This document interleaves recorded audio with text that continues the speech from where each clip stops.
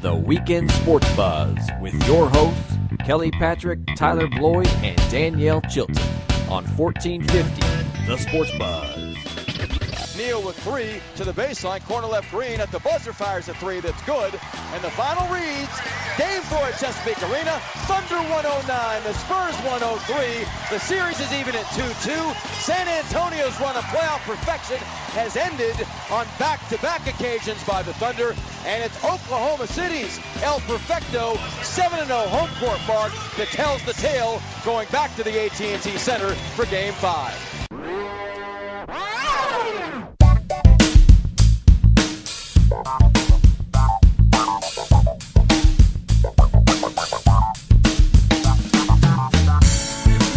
Welcome into the Weekend Sports Buzz here on Sunday, June 3rd. Got a loaded show for you guys. If you all caught us yesterday, we had a good one with myself, Tyler Boyd, and John Hancock. Had a great topic we're going to hit back into today, talking about the top 10 most significant Kentucky sports figures, because we got our man Kelly Patrick in here, as always, on Sundays, and he's one of the great creators of this controversial post, and we're going to get into that. And as well, we have Danielle Chilton, as always. Danielle, how are you doing today? I'm fantastic. How are you, Tyler? I'm doing fantastic. Hey, enough of that. We've got some good stuff we are going to get into today. One of them being the Reds are very hot. I love it. What do you think of the hotness of these red-hot Reds? It's pretty much awesome. It's exciting.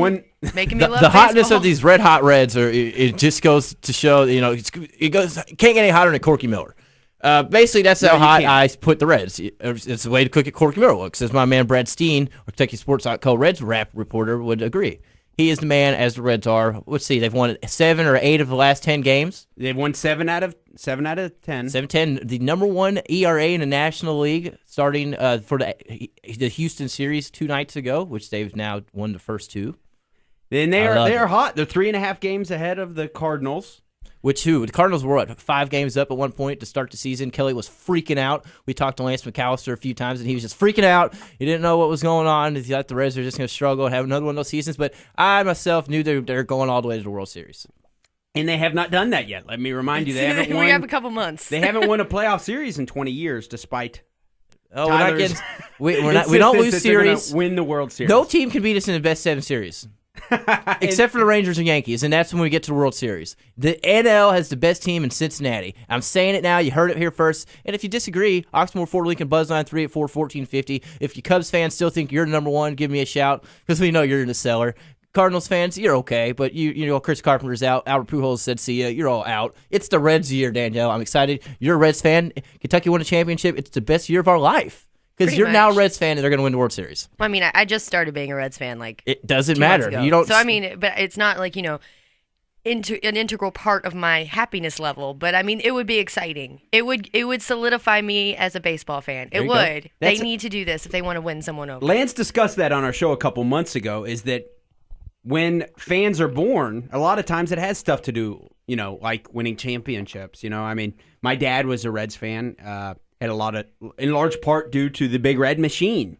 So, I mean, fans are kind of birthed a lot of times through championships. So, Danielle, maybe that'll become an integral part of your life if the Reds win. And when teams are good, like, for example, a city like Cincinnati, who has suffered through terrible sports teams, with the Bengals, Bengals attendance super low because there's nothing to get excited about. Nobody cares about the Bungles. But, I mean, it's the same thing with the Reds. The Reds attendance was struggling. It was struggling at the beginning of the year, but now they're winning. There's excitement building that helps everyone. Yeah, not only are they winning, they are exciting. They've got this electric. I think Aroldis Chapman, marketing wise, I would make an argument. What's that? The best pitcher in baseball. Yeah, maybe. You can't argue with that, really. And not only that, I mean, like I said, his marketability has got to be just off the charts. Danielle, you know who he is. What do you think of the Cuban Missile? I love him. He seems to get into trouble every once in a while, but I kind of love it. It's so cool about him because he's got this mystery around him because no one really knows that much about him. He doesn't talk much because, he barely speaks English. And people are just like, who is this guy? You said, Danielle, you've been to the game, and they do, when he comes into the game, it's like a big... They did last year, yeah. Okay. See, that kind of reminds me of, Major League Baseball, when they're bringing in... Charlie Sheen wild thing with the big old music going off, and it's just the ultimate scary bullpen guy. Yeah, the reason that I remembered him is when I was in the state, because like the Reds, when you're a Great American, it's not that exciting most of the time. People are just kind of sitting there drinking their beer. I don't know what you're talking about. It's great. But I mean, no one's like going crazy. They're not loud. Now they're not are insane. No, but like they all are of a now. sudden You're right. they like bring out Aroldis Chapman, and there's this music going, and everyone just gets up and goes crazy. And I was like, he pitched who is that? 2 innings last night actually. And had 6 strikeouts, or maybe that was the past 2 games. I don't think that sorry. pitched That's 2 innings. his last 2 games. He's pitched 2 innings. His last 2 games, 6 strikeouts. All guys he's faced struck out. Brad Steen, not all the guys. He walked a guy last night. Did he? Okay, close enough. But all the outs is what I'm getting to. Yeah. All the outs are strikeouts. And Brad Steen said he has thrown a no hitter in his last 27 batters. Yeah, nobody's got a hit, which is just amazing. He hasn't given up an earned run all year. Still hasn't. He's 6'4". He just you can tell who he is when you see him. He escaped Cuba by doing something where he traveled with some baseball team and he tried to escape and they kind of corralled him in, and then he signed up for another traveling baseball team and finally he escaped. So I mean, that's just awesome. He has this international. He left a girlfriend and a baby back in Cuba. I didn't know that part. Like a new. No, it's not the same one. I don't think. Is that true, Danielle? Did he leave a girlfriend and a baby? And a newborn baby. He's not the only one who's done that. I mean, think about it. All these guys. Livan Hernandez left his whole family. There's like 8 brothers and sisters. Not all of them. Orlando Hernandez, his brother El Duque, pitched in the World Series for the Yankees. So not all of them. Well, he came with him, but I bet their family was still there. I'm saying they all have to leave their family. So that's sad. And I'm not saying he's a bad guy. I'd imagine. I'm just saying that's a lot to go through. He did it. He's going to eventually attempt to get his family over here, as Jose Contreras did get his family over here. Did he? Yes, he did. I didn't know that. That's good stuff. I got there. stats. You got stats. Stats. Did you know that Livan Hernandez and Orlando are brothers? Who? Livan and Orlando, the old dog. Yeah, I knew that. Old dog. The old dog. Sure. Or am I thinking of Orlando Hudson? Sorry, I'm thinking of El Duque for the Yankees for years. I know who you're talking about. But I think the level of excitement, like the why can't I think of the bullpen for the Reds in 1990 with Rob Dibble and what's their name? In 1990? Yeah, the bullpen. I mean, I'm thinking of the only pitcher I'm thinking of 1990 is my boy Jose Rio. He was my favorite pitcher. You aren't thinking of the nickname of the. What is it? You should have that up already. I should have. Where's your stats? But yeah, the Reds are sitting at 30-22. They're first place, like Kelly said, ahead of the Cardinals. Cardinals are struggling. I'm excited. We all need to go to a Reds game, a KaiSco trip, paid on the KaiSco account, because we got a little cash in there now, Matt. Maybe a Reds game. It's $12 tickets and a hat for 4. I see 4 people in here willing to go to a Reds game. Danielle lives in Cincinnati, basically. She's going to go. That would be awesome. It's called a P&L statement, Tyler, and we're in the negative. Hold on. How are we? Matt's just draining all the money out of our KentuckySports.co account. It's a nice new T-shirt you got on there, Matt. Where did that come from? Yeah, Matt just got a trip from noticed he was wearing some Austin nice and new Detroit. socks. He went out, had a few drinks, a few nights. Wonder where all of our money went. Thank you guys for all your hard work. I appreciate it. It's paid off greatly. I'm up here like 6 days a week, not getting any kind of cut from Matt. He told me he was installing a pool at his house. I'm wearing clothing from 1996, Matt. Come on, help me out. It's the best shirt ever. 1996 National Champions. It is a nice shirt. Thank you. If you want to check it out, go to ihigh.com/KentuckySports, and you can see his awesome. We're doing video on there, right? Yeah. ihigh.com is a great thing. We love being with them. We thank William Warfield from PrepSpin.com for hooking us up with that gig. And while we're on the promotions part, tell us a little bit about the phone app that we have. The phone app is a great thing, you know. We need to promote that a little bit more than we do. I was talking to Brad Steen, and I was like, yeah, you can listen to it on the app on your phone. He's like, oh, you guys have an app? I was like, this is a contributor. He doesn't know we have an app. That's Matt's fault. Matt, the producer. How is it my fault? You are the voice of us. How is it my fault? He doesn't. He the voice. You're the guy that should be telling the guy that you hire that we have an app. 1450 The Sports Buzz, a great app you can get on your smartphone. It's free. It's great. And your Android, if you have an Android. Smartphone is inclusive within the... Yeah. I didn't even hear smartphone. I just heard phone. I was thinking iPhone. Sorry. Wasn't paying attention like always. But nonetheless, it's a great time to be a Reds fan. The Louisville Bats, I think, are 18-37. That's struggling, but that's okay. They still pack it out. They still pack it out. It's still a great time. You want the experience of a baseball game here locally. It's a great time. I like taking my kids to the Bats game more than to the Reds game. It's a great little experience. It's a smaller park, a lot that's more what I mean. And accessible it's just for families. Like, I would agree. They have I remember when I went, another thing that I was going to say, their little Jumbotron screen thing, terrible quality. Where at? Like, it's Where at? At Reds? Slugger. Oh, at Slugger Field. The Bats game. Terrible. I haven't been there in like at least a year, so I can't looked judge like, on well, this I mean, one. that was like my first time ever going for a game. So So, like, I'm sitting there watching on the thing, and I was like, it looks like someone is recording this. Well, with it's their a small flip enough phone. park. Maybe they should upgrade it. Are you telling them they need to upgrade? Yes. Already? Yes. The best minor league ballpark in America needs to upgrade already? It is 12 years old now. It's the best minor league ballpark in America still. I don't care. I want a screen. I want HD. Why do you need to watch the screen when the field's right in front of you? Because I like the screen. Like, for when they put the people's pictures up there, I just want to see what they look like. That are just reflecting some issues going on. No, I can see it even better. Before we hit our break, let me do a little bit more advertising. Starting tomorrow, Oxmoor Ford Lincoln, they're in St. Matthews. They got a good little deal for you going on if you want to test drive a new vehicle. If you're looking into the market, I know I am, so I might as well go to Oxmoor Ford Lincoln because I can afford one. When looking for a new car, don't just trade in, trade up. Luxury shouldn't be a la carte. Test drive the new Lincoln MKZ at Oxmoor Lincoln any weekday. Tell them you heard it on 1450 The Sports Buzz, and you'll get a free lunch for two at Vincino's Restaurant. Oxmoor Lincoln, they're so sure you're going to love Lincoln, they'll pay you to test drive it. It's Vincenzo's. That's what I thought. Vincenzo's is a very nice restaurant downtown. I got guys in here making me crack up. I can't help it. It's a little mishap there, but it's a good deal. Check it out. Mention 1450 to Sports Buzz. You can test out. Danielle, you just spotted that new car. You could have attempted to get you an MKZ. I know. It's a lot better than what you purchased. Is, it's but an awesome car. It sounds really great. Is that an MKZ on TV behind you? No. No, it's not. It's not. Mercedes. But no, it's not either. Is Anyways, we're gonna hit our break. Mercedes. We'll be right back with the Weekend Sports Buzz. This is Tyler Boyd, Daniel Chilton, Kelly Patrick.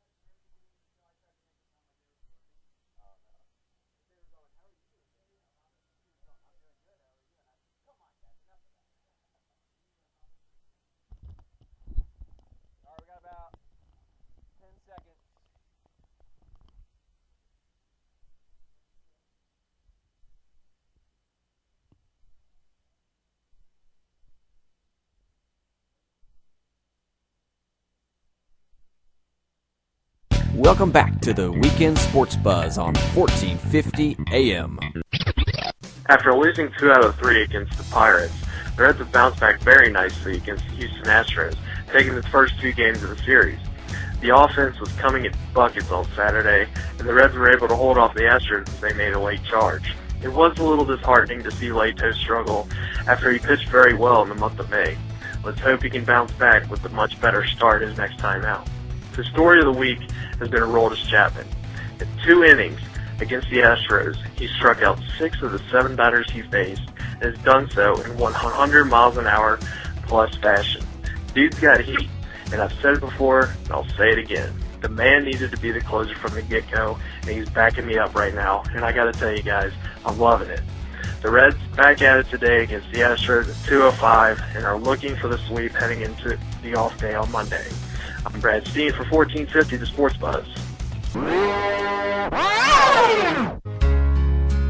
I see the questions in your eyes. I know what's weighing on your mind, but you can be sure. Welcome back to the Weekend Sports Buzz.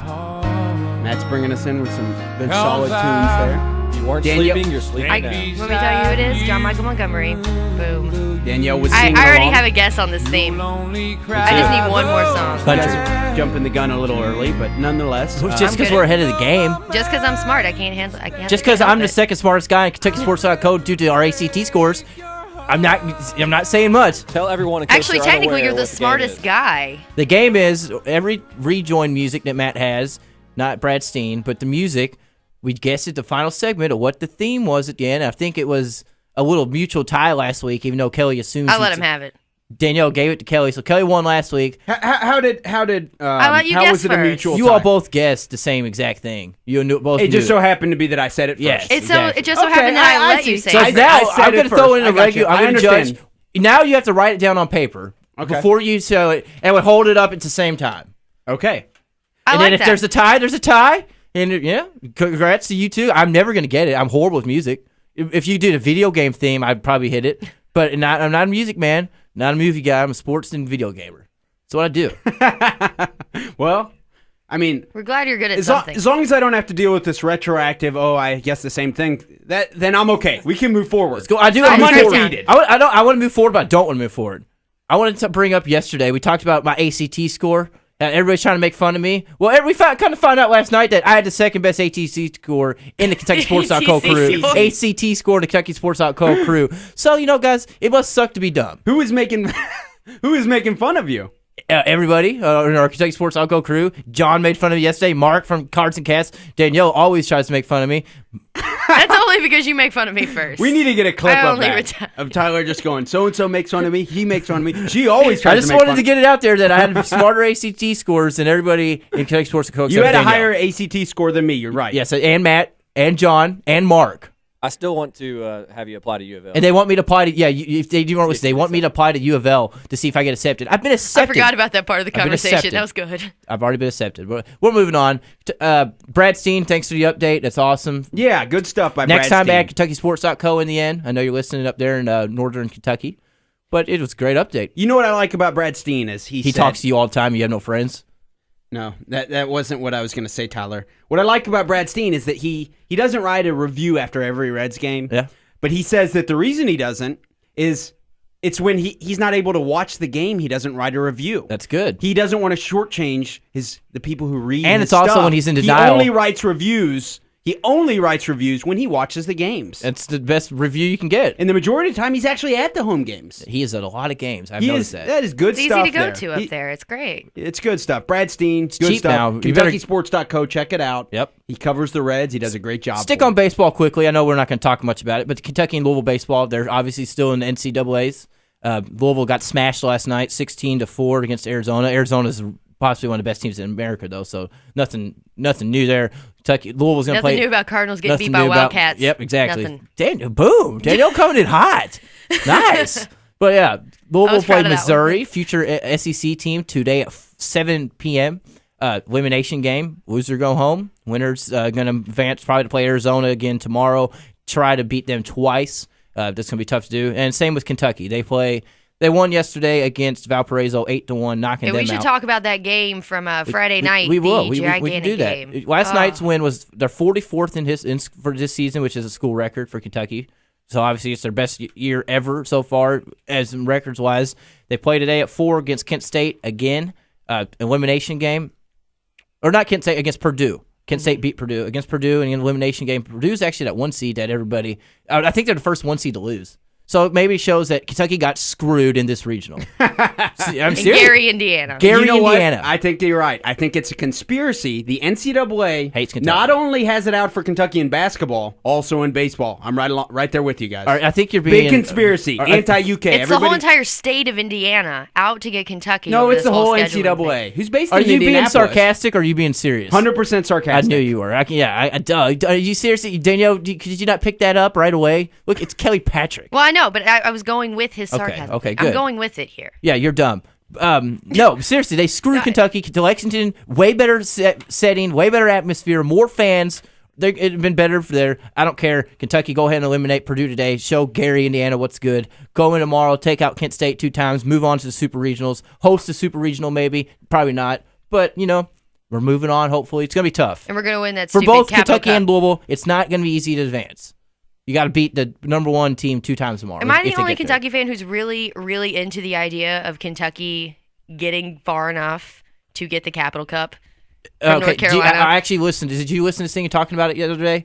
About that? Explain what the Capital Cup is, please. It's all the. I think it's men's and women's. Yeah, it's all the sports coming. You get a certain point for it's how not far all you of go. Them. Men's sing it's not Quigley. We don't get a point for Quigley coming in second in national in tennis. It's got to be it's team. weighted. It's different. I don't know. Please give our listeners a generic. It doesn't have to be specific description of what it is. It's basically I don't know what the point values are for what, but basically you get a point for how far a team goes in certain sports. So it's every sport. Yeah. For each school. They're all kind of group tennis and everything for Kentucky. They're all on the same team. And they're ranked against other schools. Yes. Yeah. So, I mean, like schools like right now North Carolina's in the lead. Kentucky's number 2. Which is very rare. North Carolina is going to be Kentucky's usually as a D1 top program, schools as UK and UNCR, that usually it's somebody random. Yeah, it's usually the smaller sports that'll end up winning it for you, like the lacrosse and the little things like that. But you've got Kentucky, North Carolina in the lead right now. And it's actually the Capital One Cup. The Capital One. There's another one as well. Capital Cup is a different thing. There's a Capital Cup. There's a couple of them. Either way, Kentucky can win both of them. But the way it has to factor in is against North Carolina, they both need to make it to Super Regionals. Kentucky needs to. North Carolina, if they don't, Kentucky does. They win it.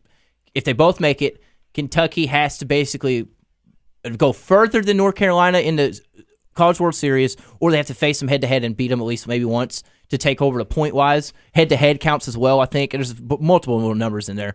But, yeah, that'd be pretty sweet. Louisville's in the top 10, I believe.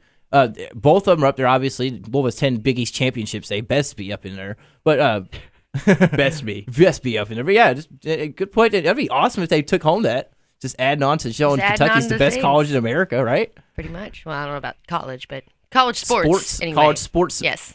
Nonetheless, next week on a different topic, Belmont Stakes will be running. We'll see if Tyler here gets to be the all predictor of the Triple Crown winner. Part of my best year ever. UK Triple Crown winner and Cincinnati Reds. I think you're going to get your bubble bursted. No. I don't care if Triple Crown doesn't happen. It's still best year ever. Well, yeah. But yeah, we're going to have on... Brian, the horse racing insider, will be on with us next segment to give us a little snapshot about what he thinks about the likelihood of I'll Have Another, doing this. And kind of, you could make a case that would really just be a shot in the arm for the sport of horse racing like they haven't had since 78. If he did it, if he won it, it'd be, totally. I was confused, like you're saying, nah, go on. No, I think it definitely would be a shot in the arm, right, for the sport. The shot in the arm thing is confusing the hell out of me. Like a good shot or bad shot? Is this a good shot? Is this a bad shot? What kind of gun we using? Is it Maybe a 50 cal? Regardless, it would be a shot of smack steroids. In the butt. How about that? A good smack in the butt. It would be a boost to the program if we're talking Kentucky or Louisville. I see what you're saying. It would be good. No, it'd be definitely good. But I still don't think horse racing, really the horse racing industry, which has been struggling as of late, is necessarily going to be based upon the Triple Crown because people only care about the Triple Crown. The way that you measure it is who's going on a random Wednesday. Who actually cares that? Yeah, but if you look across, I don't know much about horse racing, but when it'll I be good watched, for TV. It'll be great. It'll be great for TV, but overall I think that's dollars generated, which reviving the sport. Now, I will say, if you look at the average state that has a horse racing, California or Florida, they don't bring in this type of people on the weekdays that we do, or Keeneland will. Obviously, Kentucky breeds it. I agree with Danielle there, but I agree with you. I think it would revitalize the sport, which is very needed. I think gambling needs to take it over as well. Bring casinos in. I mean, that's not going to. The Triple Crown is not going to help. Really, there was record crowds. You don't think so? No. That's the way I'm looking at it. People are going to be more aware of the sport. People are going to be more aware of the sport, and they might, watch it more and pay more attention to it. But they're not going to go. Yeah, it's not going to make them go to the track. Yeah, which is what they need to do. They need to go to the track, spend the money, buy the food. That's what they need to do. I think that overall interest in the sport. If people are walking around and they're happy that they have I'll have another. Cup or whatever type of memorabilia they have. I mean, I think the more excitement overall for a sport spills over into every aspect of it. I agree. It's only 3 days a year. But I do think it spills over. I think the more interest there is in the sport, and even though it's 3 days a year, I think that overall it has to have some more than spillover. 3 days a year. It can't negatively impact it. You've got a lot more than 3 days a year. You got the Wood Breeders' Memorial. You've got the Bluegrass Stakes. Just for example, the Breeders' Cup. Stuff. There's a lot more out there. It's just we obviously the three are the main ones. The Triple Crown. But I mean, there are record crowds at the Oaks. There are record crowds at Derby. Record crowd at Preakness. Maybe a record crowd at Belmont. Danielle, I mean, I agree with you. That We're doesn't all mean right. that on Nobody's a random, wrong in this conversation. We'll have to ask Brian, the horse racing insider, his opinion on if a Triple Crown winner is crowned.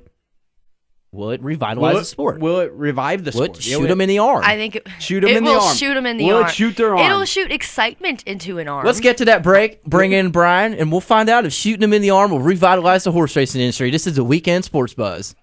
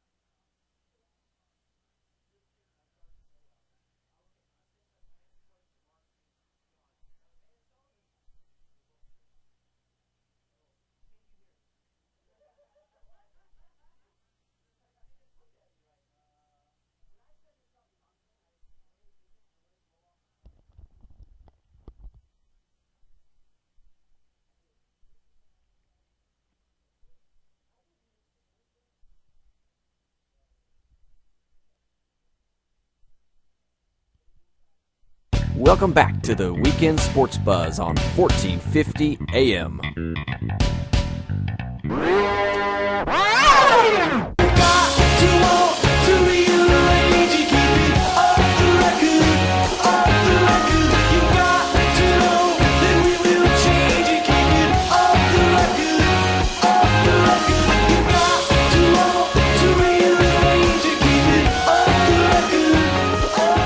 Welcome back to the Weekend Sports Buzz.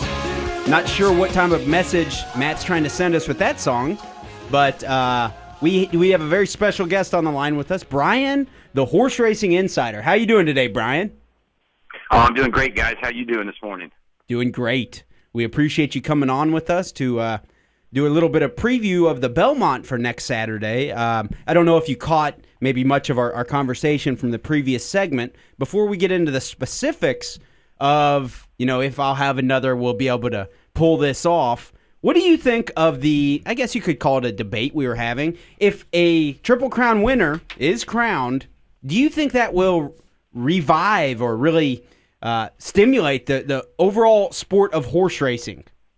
Absolutely. The horse racing industry needs something like this. And when you talk to veteran horse trainers, they'll tell you that. I mean, going back to when 8 Bells melted after the Derby finish line, the filly finished second and was euthanized on the track, and all the negatives, even the current negatives with Doug O'Neill, the trainer of All Have Another, who's up on like 14 violations, which has been kind of a distraction from what's going on.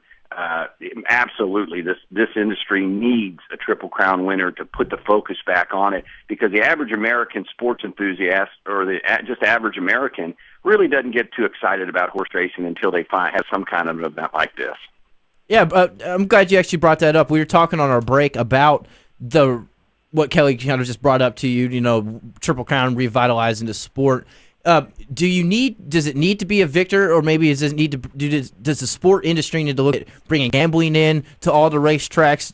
Because as Danielle was saying on our break, it's 3 days a year that you see big time events. Obviously, you have other stakes like the Bluegrass Stakes, the Wood Memorial, for example, the Breeders' Cup. But it's not many days a year. Do they need to do more to get it out there? Like, what is needed? Well, what would separate it and give it the advantage is the actual horse. People get attached. They love Secretariat.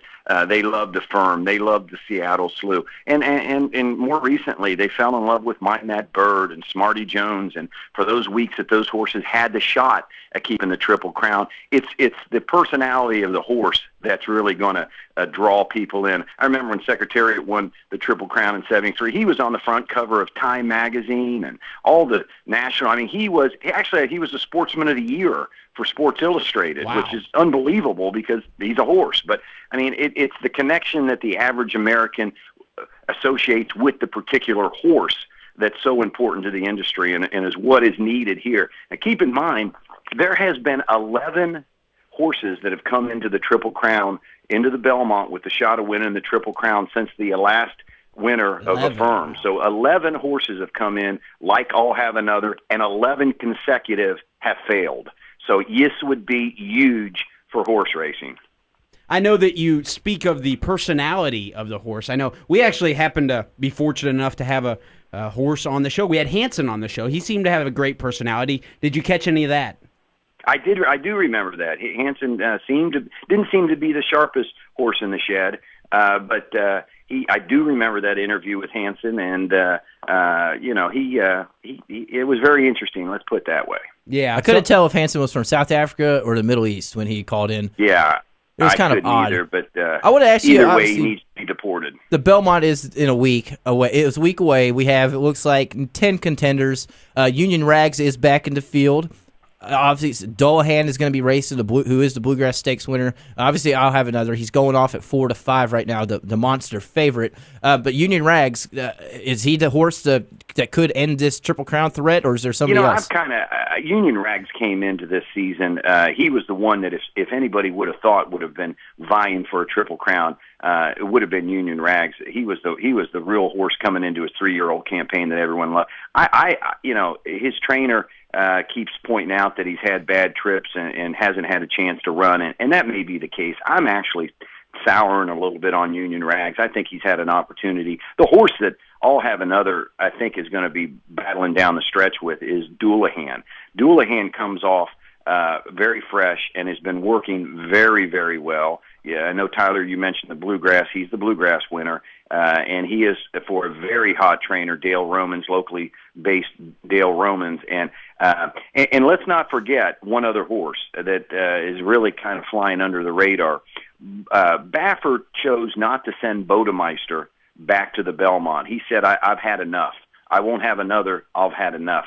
So he said Bodemeister back to California, but he does have a horse called Paintner in it that has been training gangbusters, and you cannot dispatch Bob Baffert at all. And there's a horse that hadn't run in either one of them, but is really coming into this race good. But my money is on the one that's going to give him the most trouble is Doulahan, and I think he could really face a formidable challenge from Doulahan in the stretch. Yeah, you have it's right here. The odds have Doulahan at 5-1, then Union Rags 6-1, and then you're obviously the Painter who's coming in over Bodemeister. He's 12-1.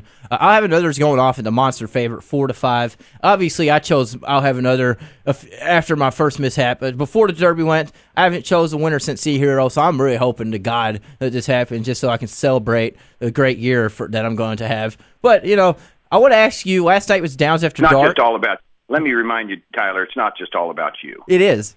It's all about me. But here at KentuckySports.co on the Weekend Sports Buzz, me and Kelly go at it. Kelly thinks it's all about him, but it's not. Yeah, I understand. No, but I mean, it's an exciting time. I don't know that I don't feel, that the Belmont is actually getting much hype.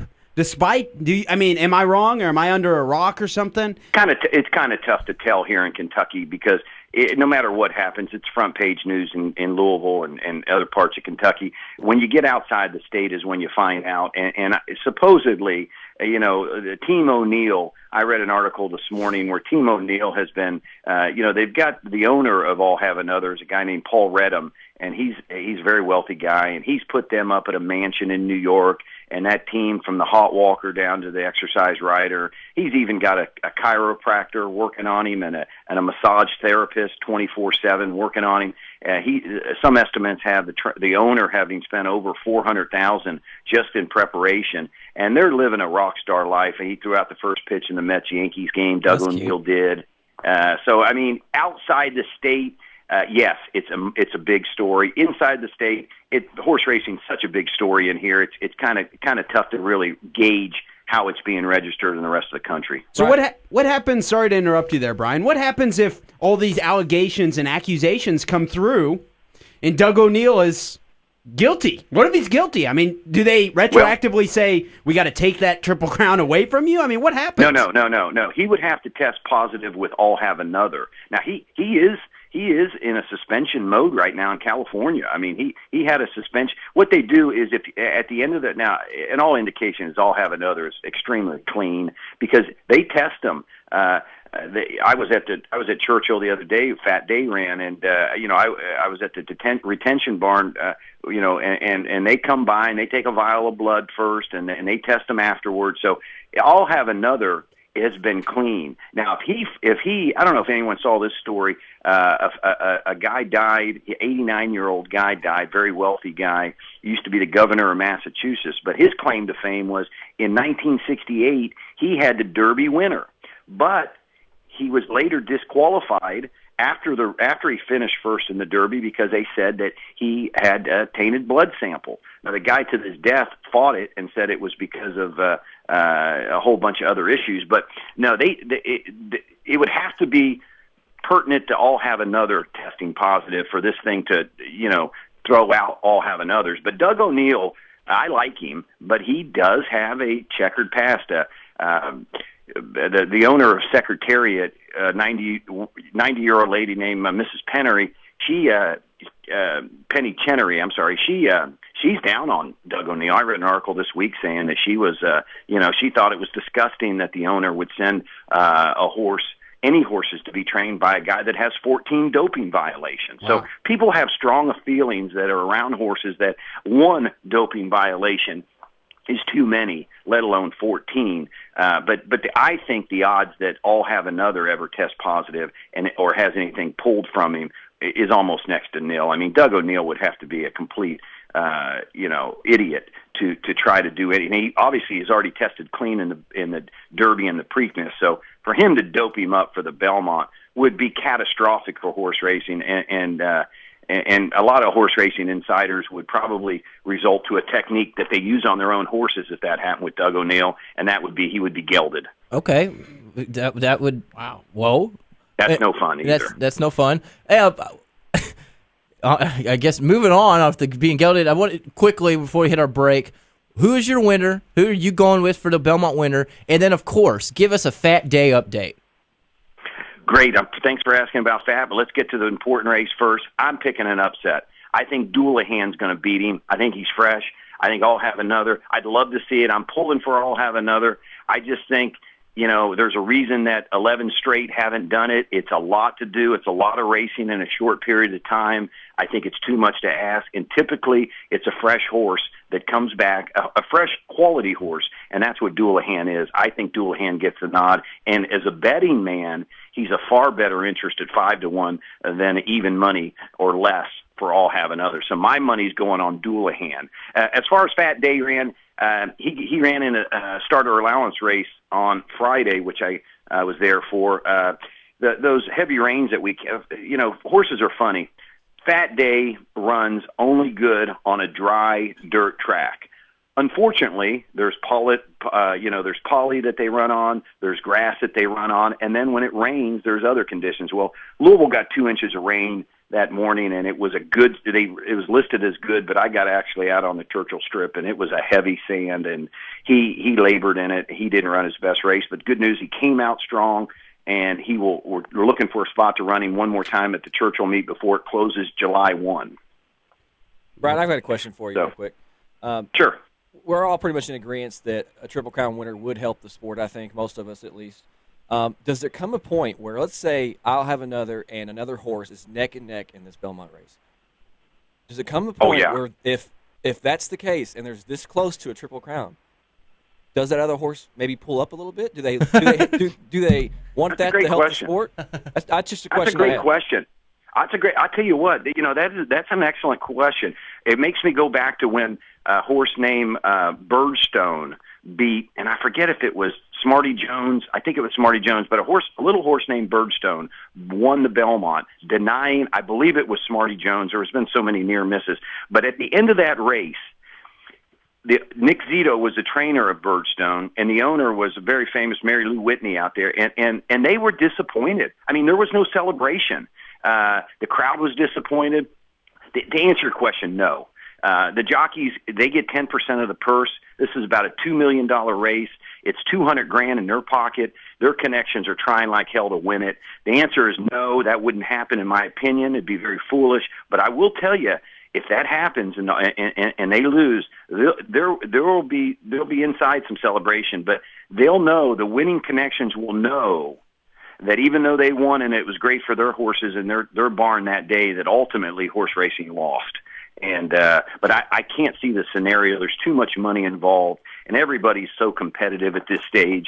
And to deny a horse and an owner and a jockey a Grade 1 classic win like the Belmont, I couldn't see that scenario happening. But it's a great question, but there is great I'll never forget when Birdstone won it. They got off the horse and there was no celebrating at all. I mean, he even apologized in the post. We're sorry about it. We won. I mean, there is a letdown. Everybody knows how important this race is for horse racing. And if you're an owner and you're a trainer, you love the game and you want the game to succeed. And you've seen that the game, kind of like boxing. There was an article in Sports Illustrated recently about how boxing and horse racing, two long staples of American sports, have really suffered. Especially the heavyweight division, have really suffered. And back in the 40s and 50s and before, those were two mainstays of sports. And everybody, especially the old guys, the old sports writers, they would love to see horse racing get back into the mainstream of America and get popular again. So this is a big day. Next Saturday is a big day for horse racing, and I would love to see I'll Have Another win it. It would be fantastic for the sport, and there'd be a huge celebration across the board. Well, Brian, that is excellent stuff. I wanted to ask you a question. I know it's off the topic of your realm of horse racing, but I know you follow our website, KentuckySports.co. Did you see our top 10 most significant Kentucky sports figures for any chance? I did see that, and I found it extremely interesting. And immediately, I thought it was a very well written and sure to have strong opinions on both sides. But I found it a fascinating read and really enjoyed it. Yeah, I totally agree. It's a great article. Kelly Patrick and Peter Arnberg sat down together and got that taken care of. There was a controversy yesterday we talked about during the show. Rick Pitino being number 3. What are your thoughts of Pitino at 3? Is that right? Should he drop down? And Adolph Rupp was at 5. Well, let me tell you, I am a Louisville Cardinal fan, yes, and I really like Rick Pitino. Personally, I think Adolph Rupp probably should have been 1. And I didn't know Rupp. I didn't know anything about Kentucky. I grew up in Ohio. But my feelings is if Kentucky didn't have that success back in the 40s and 50s and won those titles and built that dynasty, who knows? And you Kentucky fans aren't going to like this comparison, but their basketball team could be as sorry as their football team has been over the years and continues to do. And so, I mean, I think Adolph Rupp's what he's done for Kentucky and that rabid fan base, my personal opinion probably was he should have been higher. Now, Pitino, on the other hand, I think he's a special character. I mean, to do what he did at Kentucky, coming off probation, and the way he did it, I lived in Kentucky during that period of time, and he could have won. He could have ran for governor and won hands down. He was the most popular sports figure in any state, anywhere. I remember going to his restaurant in Louisville, Bravo Pitino. I mean, it was just like he was not only the greatest coach in the state or the country. He was a good-looking, well-dressed. I mean, he was like a mafia boss. I mean, he had total control of the state. And then to have come to Louisville, now he hasn't lived up to everybody's expectations, but the story's not complete on his Louisville experience. So I think he deserved to be way up there. Ahead of Rupp, probably not. Yeah. Are you there, Brian? Yes. Yeah. Okay, I just sorry. was ending it with that. Oh, yeah, sorry. No, I thought we lost you. But, I mean, either Rupp, way. I thought it was an interesting read. I'll be honest with you. I didn't realize what the significant national importance that Happy Chandler played. I found that very interesting. Yeah, for sure. I read it. It's a great article. I only really disagree with Pitino. But last question, and we'll let you go. Why Rupp over Ali at the 1 spot? Well, I don't know. I guess you can't do that. I forgot Ali was tops. I don't know if anyone, I watched the Louisville game last night on TV, and Ali was out there in Arizona in the front row with his Louisville shirt on, and the ESPNU crew couldn't wait to keep showing him, and they were just so honored that he was there. You can't really, I guess you can't go past Ali. That's my bad there. I forgot. No, it's okay. Ali was number 1. Ali's number 1 if it's in Kentucky, if it's in Iowa, if it's in South America. Ali's the number 1 sports figure in the world's history, in my opinion.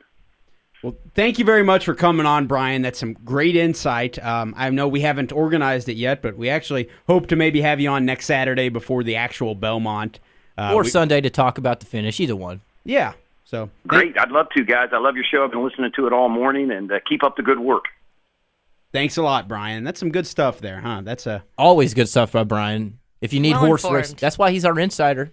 That's why he's the reason I got the Derby winner right. Because otherwise, I would have been betting on a no-show. You would have been picking other 3 Ye. At least I would have been choosing 3 horses. Other 3. It had great odds. 8-1. They looked solid. Great odds. But yeah, Brian, we really appreciate coming on. You made good points there about the Kentucky top 10 significant figure. You liked the Happy Chandler. I liked Happy Chandler. It was a good point. I actually didn't even think about him until I read the list. I'm glad you put that up there. Peter did good on that. Really did. Yeah, he can write. I got his name right? Peter. Yep. My brother-in-law. Peter.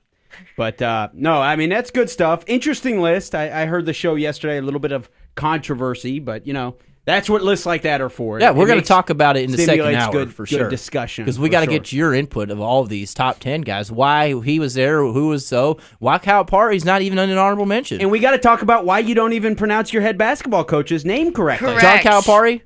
Calipari. Who gives a... We're not... How about I call him Pitino? Do it. Rick Pitino. Do it. Would that be respectful? Go for it. Cool. I don't care. How about you call me Kelly Patrick? I want to call you something way worse. That's French. Kelly Patrick. Well, first off, Kelly Patrick isn't even your real name, so I'm calling you by fake name regardless. You are mad right now. Learn how to say his name. Learn how to say his name. Second hour, we're going to get into... Doran Lamb would like him to correct his as well. You know what the key to winning a national championship is, Kelly? Is Doran Lamb's playing defense. Tyler is mad. And you know what? A lot of the games where he didn't play... That was Danielle's key to the winning national championship. That was a key. That was the key to the game. That was not the key. That was multiple keys. Thanks, Darren, whatever your name is, for playing great defense. At least I can say it. I don't care. I don't care. You say it right. I can't. NBA playoffs talk in the second hour. We had Celtics and Heat. We have the Spurs and the Thunder game last night, 2-2, tied up. NBA draft lottery was this past week. We mentioned that a little bit. Anthony Davis got, I guess, not really screwed, better than the Bobcats. Surprised you didn't get screwed because everybody's out to get Kentucky. Big conspiracy. Yeah. And then Louisville, they had some guys on campus. It seemed to go well. We'll talk about that in the next hour. We'll go ahead and get to this break with Daniel Chilton, Kelly Patrick, myself, Tyler Boyd. This is the Weekend Sports Buzz. Check us out on 1450 AM, 1450thesportsbuzz.com.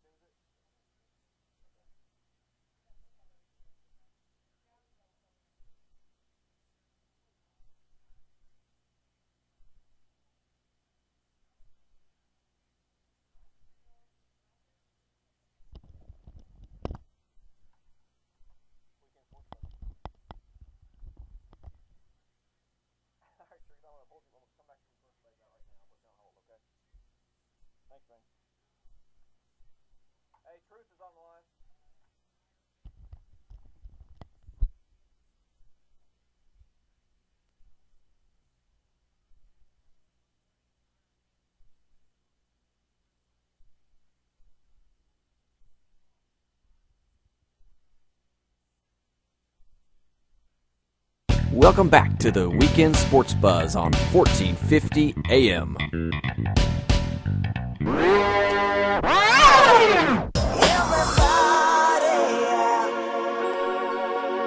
Rock your body, everybody, rock your body right. Back streets back, all right.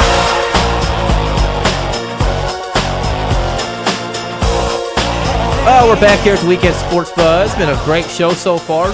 Thanks to Brian, the insider, for joining us last segment, talking horse racing to Belmont, getting prepared. If you don't know what was going on, turn this off now. No, keep going. I can't stand keep this. Yes. Did you go to the New Kids on the Block Backstreet Boys concert last year like I did? Oh, it was the best moment of my summer last year. I'm so sad I don't get to do it again. Your summers suck.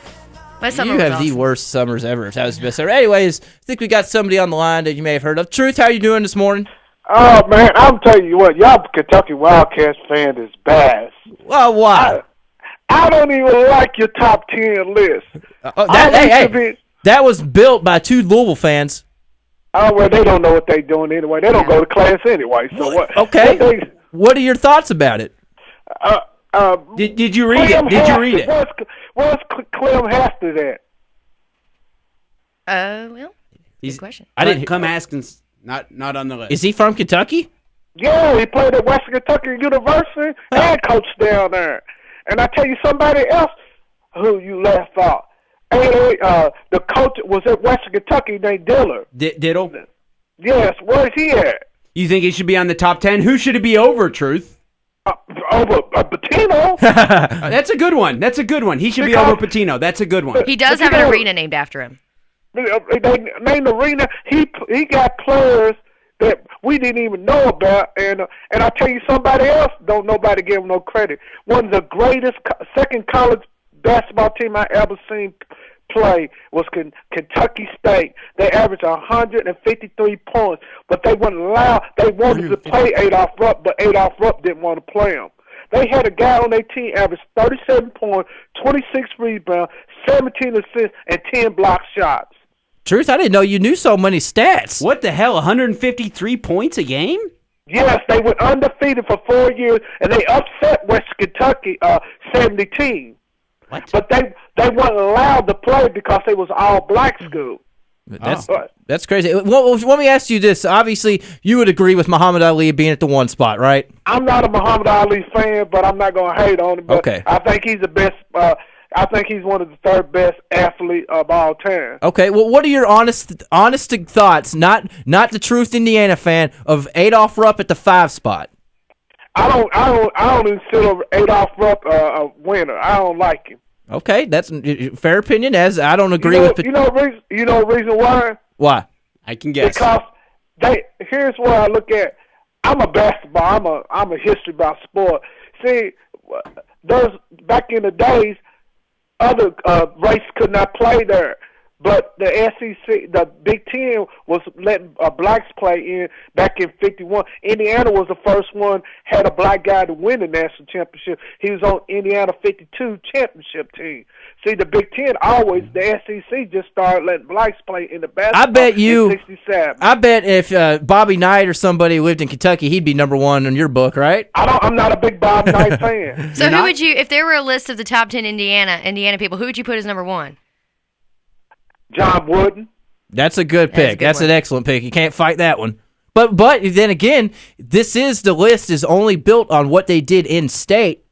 It's not John Wooden won a national championship with Purdue. Okay. He would probably move up to number one. I guess if one championship is all Indiana has, then that's good. He was the first big guard. He was for Magic Johnson. John Wooden is one of the best guys ever played college basketball. What about Larry Bird? Bird was at IU, transferred because he couldn't get in. Larry Bird probably about the 10th best player ever played in the state of Indiana. 10th best player? Yeah. He played at Indiana State, though. but he played at IU and he transferred because he didn't. He transferred. Transferred because he couldn't start. That's a good point. Wow, that's good stuff. I didn't know Wooden was that good of a player. I'll be honest, or that he won a title at Purdue. I didn't know. I honestly didn't know that either. I'm glad you brought that out. The truth is giving us the truth today. Yeah, I like old play. I think the best player I ever played at Kentucky is the great Rex Chapman. That's a lot of people would agree with you there. I was going to go with Dan Issel still, but a lot of people like Rex Chapman. Ilsa is the best player I ever played at Kentucky, but my favorite player played at West. I'm from down West Kentucky area, so I got to take up for the West Kentucky. So wait, hold on. Were you born and raised down there? I'm from Evansville, but I go across the water all the time. Okay. Play with the boys from Henderson. I got you. Well, Truth, you have a good time up there at that the basketball in Indianapolis. And then we appreciate your call. All right, thank you. Bye-bye. Oh yeah. Thanks. Truth's calling in every Saturday, every Sunday. That is good stuff, though. He was throwing knowledge exactly. today. That's good knowledge. That was game. great. I need to research that. Yeah, I'd heard something about that, how they wouldn't play Kentucky State. I didn't know the numbers off the top of my head. I've heard of the 100 average in 153 a game. I have heard that. I did not know that John Wooden won a title at Purdue. Did he? I'm going to search and find out if Truth was lying to me, but I believe you, Truth. That's nuts. I didn't know that. I thought it was all done at UCLA, to be totally honest. But yeah, I guess we'll just stick to it. My number one Indiana player would be Cody Zeller. Cody Zeller, number one. Mine would be Mike Davis. Anyways, the top 10. Well, I'll get it out there. It's the top 10 most significant Kentucky sports figures. We talked about it yesterday. We're going to talk about it again because one of the creators of this list is with us today, Kelly Patrick. The list goes from 1 to 10. Muhammad Ali, A.B. Happy Chandler, Rick Pitino, Pat Day, Adolph Rupp, Howard Snellenberger, Johnny Unitas at 7, Dan Issel 8, Denny Crum 9, and then at the 10 spot we got Paul Warning. They also have 20 people or so on kind of honorable mention list. Wes Unseld is on there. Daryl Griffith is on there. For Louisville fans are probably wondering where are they. Pat Riley for the Kentucky fans. It's a great list in my honest opinion, top to bottom. So there's going to be controversy for anybody that reads it. Everybody's going to have their own opinion and their own list. This was what you all came up with tonight after a few beers. It's a good list. When you said that thing earlier about how Calipari wasn't on it, were you serious about that? I was dead serious. No, but the top 10. No, but I mean, like, were you seriously upset about it, is what I mean. At first, when I thought about it, I was like, why is Pitino at 3? Here's what I was upset about. Pitino being at 3 and Cal not even in honorable mentions, considering Pitino has what, Kelly? 4 Final Fours into state versus Cal's 2. No, he has like 5, I think.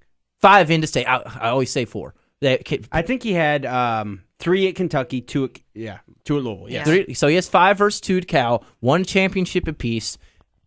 There's not much of a difference if you look in-state battles as winning. I know shut up. You tried to bring in Elite 8s. Pitino has 10. If hanging Elite 8 banners is cool, then yeah, he's got a lot of them, but it's not.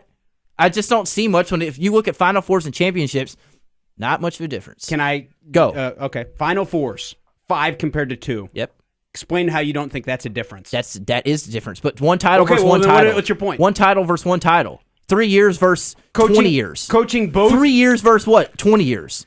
Yeah. Yeah. One title versus one title. 3 years versus 20 years. Two Final Fours versus 5 Final Fours. Efficiency you do the math. During the duration of your stay in Kentucky. Cal's going to be killing it by 20 years. Yeah. If that's the name of the list. I know it's not, but I just she asked me a question, so I answered. Sorry. I don't think he should be even in honorable mentions. Cal? Yeah. Why? Not yet. Hasn't been enough time. He's still forming. I think he has a very huge. You didn't read honorable mentions because he's got Brandon Webb on here, who's a UK pitcher, and he's done nothing. No, I agree with that. I think the honorable mentions do, but I'm just saying I don't think that Calipari. It's time to put him on this kind of list. I'm not saying he should be in the top 10. Let his legacy form. I'm saying, a few years down the line, he might earn a spot in the top 5. Neither of you guys read this. Patino. Neither of you guys I read every single one of them. I read you half just said that Brandon Webb was honorable mention. Brandon Webb. Sorry, I'm counting others receiving consideration, honorable mention. And Calipari was in that same category. I don't see him. Where is he? You don't? I'm trying to find him. There he is. There he is. Right now, put your beard. I knew he's on there. I just couldn't find him. After you all edited it. Doesn't sound like a lot of Last people time I checked, you all edited it and added him in. He wasn't even in there. That's not true. That's what you asked me. You said you posted I ran it by Peter. It was not edited. That's kind of... Well, then why'd he accuse me, Matt? Because you came out to me and said, why is John Calipari not in? My thing is this. If someone wants to be critical of it, that's fine. The criticism that I've heard is they didn't do their research. You guys know you all did great research. That's obviously what I've heard, and I've been like, "Are you kidding me? You didn't read it." You look at a lot of people. If somebody said you did not do research, they're wrong. You all put quote unquote, stats for each guy.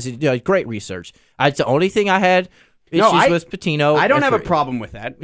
It's my personal feeling would be, in the age of media that we're in right now, with Twitter and the TVs everywhere, constant sports coverage. The fact that Pitino has coached both sides of the rivalry, and he has arguably intensified the hatred between the two schools more than anyone. I mean, that's significant, is it not? And what's the title of the list? Let's get somebody on here that has some true knowledge about basketball. Hank Garrett, how you doing today, buddy? What's going on, guys? Nothing much. Beautiful morning. Oh, I hear you. Hey, yeah, and the thing with John Wooden, he didn't win a title as a coach at Purdue. It would have been when he was a player. Okay. But I'm not really sure that he won a title. He did. I just looked it up as a player. That would have had to have been 32. Thrown around more than it is. With the 11 titles, you throw in one as a coach is just the way that most people would finish the sentence. But 32. I'm not sure. But I know it would have been as a player. But he was a very, very good player. People do forget that. But about the list, I mean, you got to remember how much Pitino did do for UK and what they were rolling with when he was there. And then, I think he hasn't lived up to billing at U of L, but he's still done well. He's still done very, very well. But, I mean, you're looking at what he's done on that list pretty much from when he was at UK. Oh, yeah, for sure. I totally agree with you. Well, somebody called in yesterday, Hank, and they mentioned that Pitino's came into Kentucky off, they were on probation, and that's another thing that puts Pitino up there. Well, Kentucky was basically on probation with Billy Gillespie. Does that put any factor into Calipari rejuvenating the program? Oh, yeah. I mean, I think it's completely different. It's not to slight Cal and what he's done, but you also have to look at the transformation he was able to bring to UK without the sanctions. Pitino did have to go around sanctions. Remember that first year they weren't able to play on TV. No one could catch them live. You had to stay up till 11:30, and there was only a number of games that you could see. Imagine what that would do to a program now. They don't even give that to people anymore because that's pretty much a death penalty. Not being able to advertise your program. So that was a big disadvantage that he had. And what he did with that, that 92 group, it's just something that really will live in Kentucky lore forever, I think.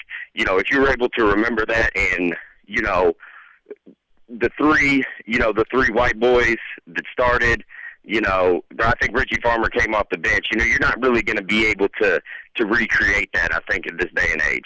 So the truth is called in and wanted to point out that it was when it was the NIT that was the national championship, not the NCAA. Okay. That's what he wanted to point out. Well, but I mean, that was basically the NCAA championship at that time. 1932, was right, Kelly? Yeah, I'm reading his Wikipedia page. It says championship as a player, national championship, 1932.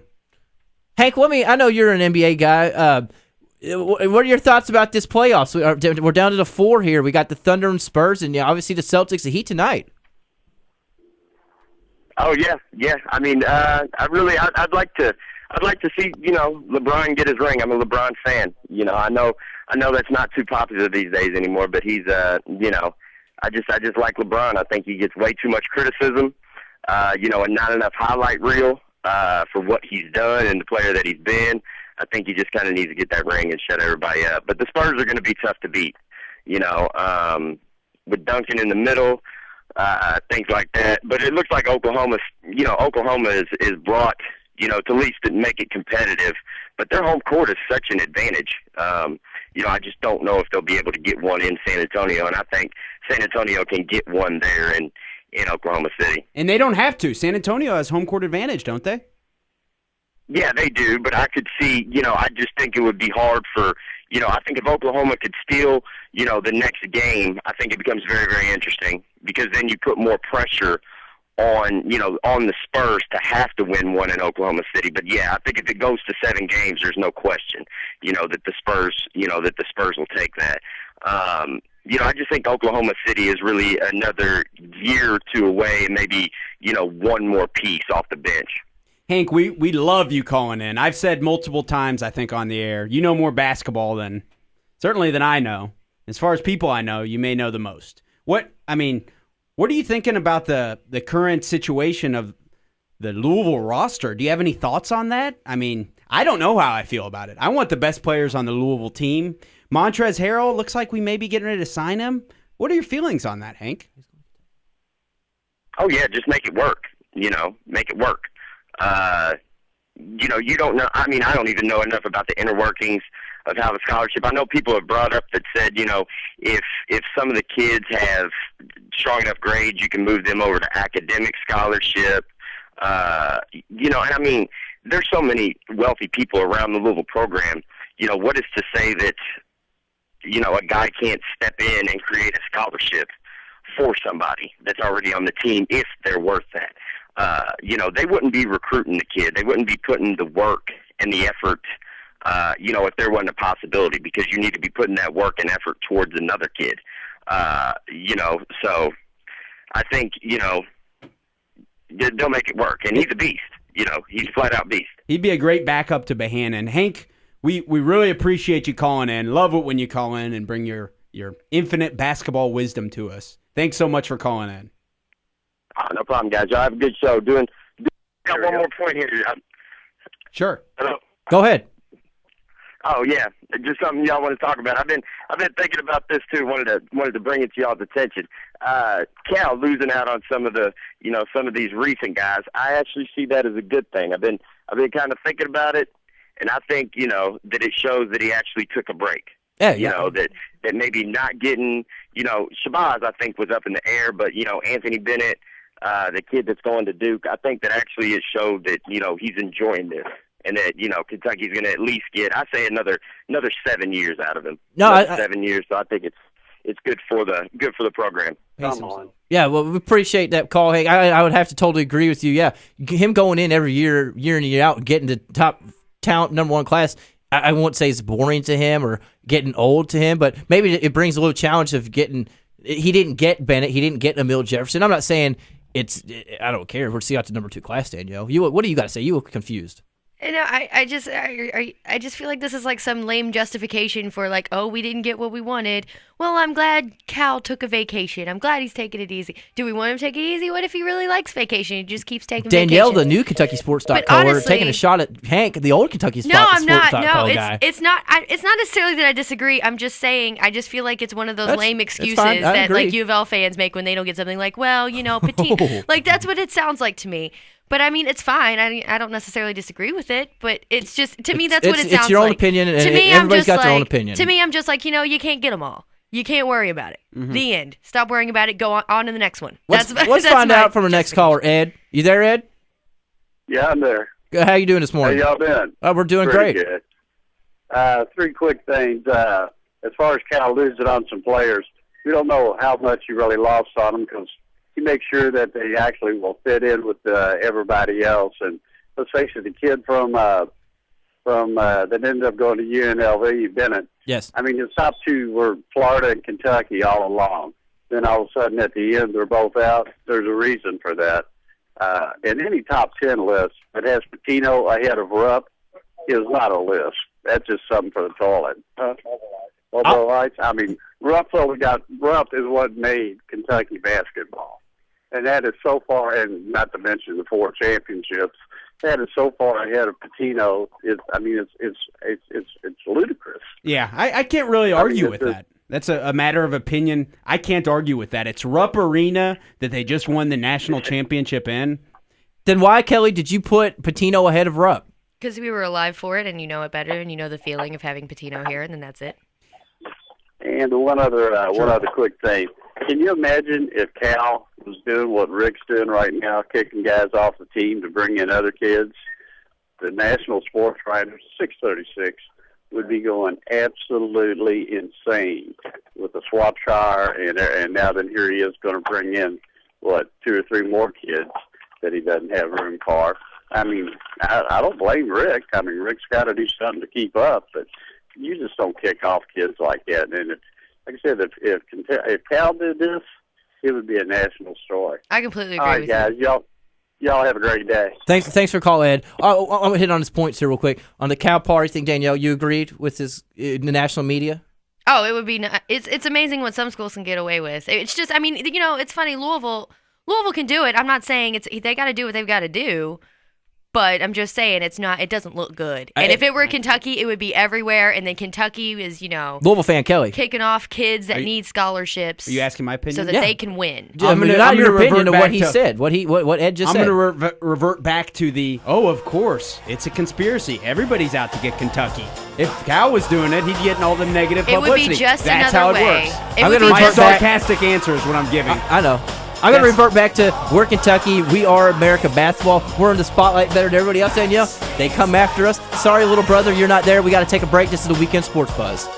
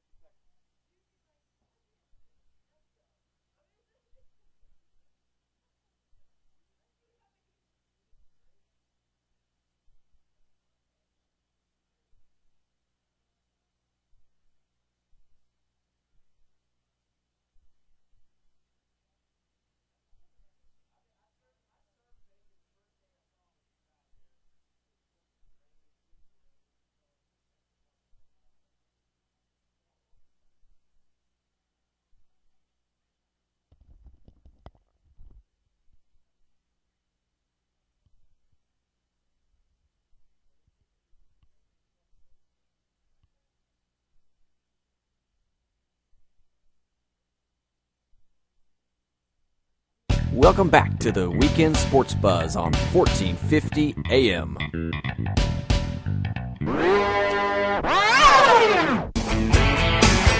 tell my heart, my aching, breaking heart. I just don't think you'd understand. And if you tell my heart, my aching, breaking heart, he might blow up and kill this man. We're back, Weekend Sports Buzz. Myself, Tyler Lloyd, with Danielle Chilton and Kelly Patrick. As always, Sundays 10 to noon. And, of course, you can check us out, myself and John Hancock, on Saturdays from 9 to 11. And, as always, our website, KentuckySports.co. It's good stuff on there. UK, U of L fans, even IU fans. We're branching into you guys these days. It's good stuff on there. Check it out. We'd love for y'all. And check out follow us on Twitter at KYSportsCo. Follow the 1450. They've got a Twitter account as well as at 1450 The Sports Buzz. Also, website at 1450thesportsbuzz.com. And before we get into the Ed's, we're going to hit on Ed's top point real quick. June 4th through the 10th at Oxmoor Ford Lincoln. They got a good little deal going on. When you're looking for a new car, don't just trade in, trade up. Luxury shouldn't be a la carte. I think that's where I started laughing last time, Danielle.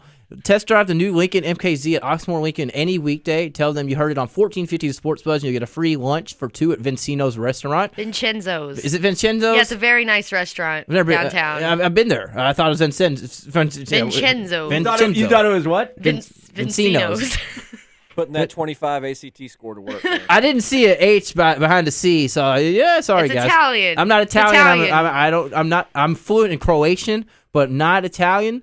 And it's Oxmoor Lincoln. They're so sure you're gonna love Lincoln. They'll pay you to test drive it. So again, if you want to test drive their new MKZ, get out there. It's in St. Matthew's. Good little deal going on there. And on livingflesh.org, Matt, the golf card. They still got that going on, $75 for 4 rounds of golf. Only a few left, though, so you need to hurry. Only a few left for real this time. We've said that for like 3 months, but there are actually only a couple left. Father's Day is coming up. It's on livingflesh.org. 4 country clubs for the price of $150. It's $75, retail $150. Get on there. It's good stuff. Heritage Hills, Jeffersonville Elks Country Club, Woodhaven Country Club, and I believe Glenmary. So take advantage of that. You guys still think you know what the theme is for today? You're throwing me off. I'm like sitting here worried about it. I have an idea, but I don't know. I need more songs. I forget the songs. We'll recap. Oh, okay. This one's hard, well, back to if you want to give us a shout on the Oxmoor Ford Lincoln Buzz line and get in on this topic of the 10 most significant Kentucky sports figures, do so. 384-1450. Easy number to remember. 384-1450. But yeah, Ed just gave us a call, Kelly. I wanted to ask you, he mentioned the Patino and Rupp thing. Go ahead and get your answer out there. Why is Patino ahead of Rupp, you're asking? Yes, why is Patino ahead of Rupp? Oh, I wasn't prepared for this. My thing is this. He woke up prepared for this. I'm guessing, Ed, great caller, guessing he didn't read the article. That's okay. That's all right. Why? Why didn't he read it? First off, were you accused Ed of not reading the article? I'm just going out on a limb and guessing he didn't. Oh, okay. Great point. Okay. I think you can argue it without reading the article, but that's fine. Go. Why is Patino ahead of Adolph Rupp? Would the state of Kentucky be the best basketball market in the country without Adolph Rupp? No. No. There's no debate there. There's no debate there. So 1-0. If you're looking for a debate on that, that's you're Would they without Rick Pitino? I'm not done. Okay. Rupp's first. Can I go? Okay.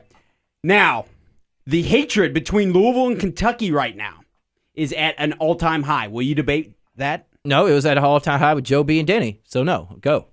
What else you want? What Pitino has done for coaching and at an extremely high level in this age of media and Twitter and ESPN and I didn't know those around-the-clock coverage, what the exposure of this slick-dressed, great-looking Italian man Rick Pitino has done for this rivalry cannot be touched by Rupp.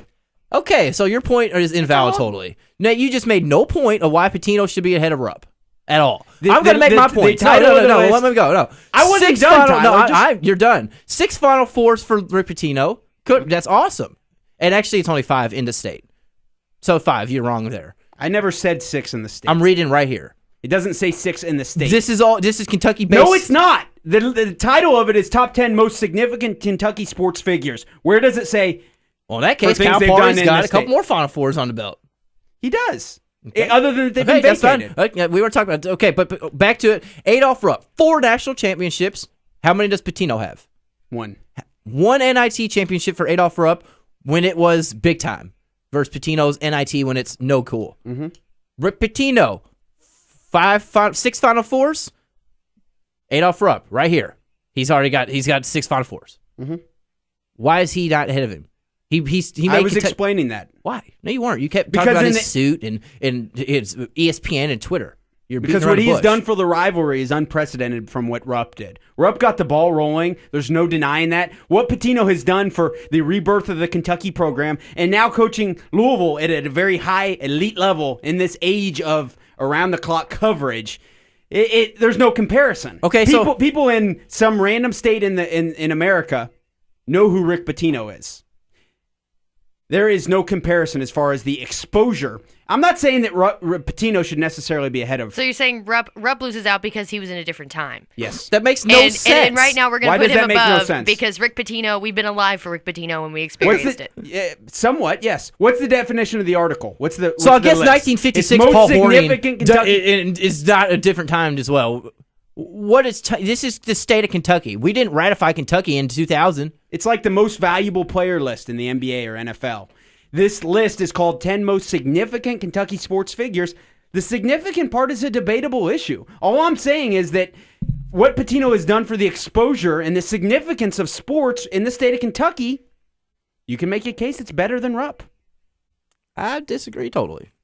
Totally. And I think everybody's disagreeing with this, even if you're a Louisville fan. 384-1450, let us know what your thoughts are. But 4 national championships, I don't care. Go back to era. the numbers. When Rupp was coaching, when there were 6 teams in the country that cared about basketball. That's a little different. Do you not admit that? No. Eras don't matter. You're saying eras don't matter. Answer this. If Louisville Cardinals won a national championship during that era, would it matter? Would it matter? Be dead honest. I would admit that it was a different era and a different time. But you think I'm a blindsided? But you shoot at him in the arm because it matters. It matters. You don't erase history. Matter. It matters. All of them matter. That's why he should be number 2, if not number 1. Sorry, Muhammad Ali, I love you. But maybe Rupp number 1. I'll give Rupp 2. He's ahead of Pitino. I don't care what you say. Stats prove it. Okay. Stats. Okay. History. The guy stats. Okay. Go back to all that stuff, yeah. I will. Okay. Well, Wilt Chamberlain's better player than Shaq ever was. Eras don't matter. Eras don't matter. Wilt Chamberlain may be better. Eras don't matter. It does. All that matters is the numbers, regardless of the competition or anything relevant. Danielle, why put any thought into it? Danielle, guess what? Michael Jordan's championship don't matter anymore. So Chicago Bulls, they have 0. That was in the modern era, Tyler. I don't care. They don't matter. History doesn't matter. It's a lot different now. History doesn't matter. It's a lot different now. The game is a lot different now than Michael Jordan played. So, I mean, it's just hard to gauge. You can't be objective. It's hard because I don't know what it was like to be here in 51 for the 51 national championship. I don't know what that felt like, Adolph Rupp. I don't know, but I know that Rick Pitino basically owned the state of Kentucky in one way or the other for about 20 years now. Okay, Kelly. A little over 20 years. In 50 years, I guess Rick Pitino, what he did for the state and for Louisville, for Kentucky, won't matter, right? No. Won't matter. I certainly never said it didn't matter. No. What happened at Pearl Harbor back in the day didn't matter now. No, I certainly wouldn't suggest matter. That. It's a different era. It's just different time. If war fighting then, now it's a different era, right? No. It is a different era, and that needs to be taken into consideration. I guess so. Well, I'm going to put in consideration him cheating on his family. The issue there. You can put it into racist consideration to Rupp as well. Okay. Put in everything matters. I don't care what era it was. Basketball Not is basketball. sure what angle you're coming with. I'm going with the angle that everything matters no matter what year it was, what era it was. Okay. Well, then who invented basketball? I don't know. I don't care. But it mattered, obviously. All right. Who won the first titles? Probably Kentucky. If you start a sport and there are 4 teams out there, and at the beginning, one team out of those 4 wins it 20 years in a row. Do you not think that you need to take that into consideration when comparing them to eras in the future? Okay, what about UCLA of their dominate of the 70s? That needs to be taken into consideration. Why? They dominated. Sorry, they had the best team year after year. You're jealous that they dominated and won championships. It's the only way I see it. I'm sorry. Daniel, what are your thoughts? You know my opinion. You know his opinion. I'm not getting angry. We're angry. That's why we're going to you. You're moderate. It's just it's a different game. It's a different society. Right now it's all thrown in our faces. I've got what Patino's doing thrown in my face all the time, whether I like it or not. Gross. But anyway, it's disgusting. But, I mean, it's just like, it's always there. We can't ignore it, therefore we think it's big. So, I mean, nobody had to deal with that in Rupp's era. It wasn't there. You know, it was a completely different time. No three-point line. I mean, can you even compare pre-3-point line basketball after post-3-point line Shot basketball? clock era. There's hundreds of errors. You need to take that into consideration. I mean, every year's a new era different. in college, in sports these days. There's new rules every year now. So it's Danielle, can I ask you do you have any books on you right now? I do have a book on me. What book do you have on your possession at this moment? Is it? It's Let me guess. summer It's reading. about a love fling Adolph Rupp had back in the 30s. It's a 15-second love fling. What book is it? It is Guilty Until Proven Innocent. Who's that by? It is Giovanni Rossino in collaboration with Karen Cunningham Cipher. It is a I like how her middle name is 200. Cunningham. You would like that. Anyway, it's 203 pages. I've only read like 3 pages so far. It's not very well written. Did you pay for that? My mother did, and Your mom's wasting money. Okay. If you want me to, should we all? I honestly think that we should think you all should get a read copy this. of this, and we we should have a book club. No. Can we Need have to a read radio about show book Adolph club? Rupp. Need to read about Adolph Rupp. Nope. I'm sure there are books. Significance is irrelevant. Nope. This isn't about Patino. This is about. I want to hear Nothing her story about because Patino. I am interested in the struggles that this woman has been through.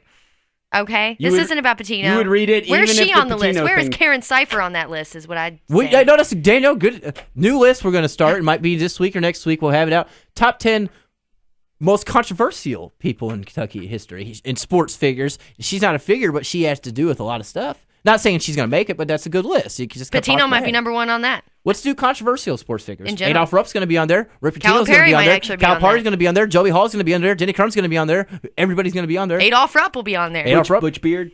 Butch Beard. I mean, a lot of people. I mean, that's an interesting list. Let's start. I think that's a good thing. Darnell You Dodson will could be on make there. 100 lists. I think that's what we need to start doing. Check us out each week. We're gonna starting here soon. We're gonna start doing a top 10 KentuckySports.co. It's not easy to come seriously to do them. Well, that's- Richie Farmer. I got a lot of time on my hands. Me and John are gonna bust them out. Danielle, she doesn't do much for us anymore. She might do it. She might help us now. I will. I can Maybe. do a ridiculous list all day long. I meant Ralph Beard. I'm sorry. I said just need Butch. the internet. I've heard of Butch Beard though. Yeah, Butch played for Louisville. I get him mixed up, and I apologize. I should be more educated on the eras. We got a few, just a moment or two before next break. Some quick little side notes. Louisville offered a quarterback from Trinity who hasn't even played quarterback, which is odd. He's Reggie Bonifan. I don't know. Either one. He's not taking a meaningful snap for a varsity game, Kelly. But he'll be sitting behind the starter Travis Wright again this season. But they said he's an athlete. He's going to be starting at receiver. Maybe he's one of those guys that goes to Louisville and just like a quick type of player. He's an athlete. So you never know. Trinity's the hotbed of Kentucky. Obviously, you can't hate on Louisville going into there. Yeah. And they had a few guys on campus this weekend. Harold, he tweeted out he loved his visit, as did a couple other guys. Juwan Johnson. Louisville might be getting a couple guys for this upcoming 2013 class committing early. That would be nice for you, wouldn't you agree? You don't have to wait to the final. It's some top players, not just guys. I don't follow recruiting as closely. I know. But, so it's tough for me to say that, if we sign someone that's great, I got, Well, how good are they? Well, Harold, as an example, last week, Harold, you were, Daniel, he was last week all about Harold's going to Kentucky. I didn't say Harold's going to Kentucky. Pretty close. I said I'm not listening to people saying Louisville's You the weren't front listening runner. to the You truth. won't listen to his dad. Yeah, truth. to the truth. He said Louisville is a front runner. Well, but back to, I'm not And getting then he into said that. Kentucky's off his list. But not yet. We're not going to have this We're not getting back argument. into you being wrong. But we're getting the fact that if you get Harold, I expect you all. I would love that. I might change my thoughts on how Louisville could fare next year if you get Harold, because you'll be deeper where you need to be deeper. But I still don't think you're all the best team in the country. But and then Kentucky had Carl Towns on campus, 2015 player. He's a 6'10 beast. He's actually going to be playing, Kelly and Danielle, on the Dominican national team, coached by Calipari. How awesome is that? Calipari. I don't care. I'm going to say Calipari. Okay, disrespect him, slap him in the face. Calipari. They probably say Calipari in the Dominican Republic. Exactly. Because they don't have that verb sound, that air. Exactly. So I'm sorry, I'm a little Dominican right now. But yeah, I'm excited. Daniel, that's awesome that he could coach a guy that's going to be a sophomore, I guess. It's 2015. I think so, yeah. Is it? Do you hate that, Kelly? But seriously, as even if you weren't a Louisville fan, as another sports team's fan, him taking advantage of the rules. Patino tried to coach. Who was it? Puerto Rico. Puerto Rico. He could have probably took advantage of that as well. Mm-hmm. Why didn't he coach Puerto Rico? I never caught some that. things came through just some scheduling differences. I do. He couldn't practice with his team. He wanted to have Louisville practice with him. Something like that. I don't know. Something weird. Mm-hmm. And, of course, Memorial Golf Tournament's going on today, the final round. Tiger is in the hunt. He's -4 behind Roy Sabatini, Spencer Levine, and Ricky Fowler. And then, of course, for my man Carolina Steve, got a bunch of left turns going on today at 1 o'clock in Dover International Speedway. Catch that on Fox. The Monster Mile, it's known as. NASCAR Sprint Cup Series in Dover. Danielle, you look excited. I can't wait. I don't even know what that is. It's racing. Anyways, well, I know what it is. Let's get to this last break so we can talk a little bit more. Me and Kelly can argue. This is the Weekend Sports Buzz.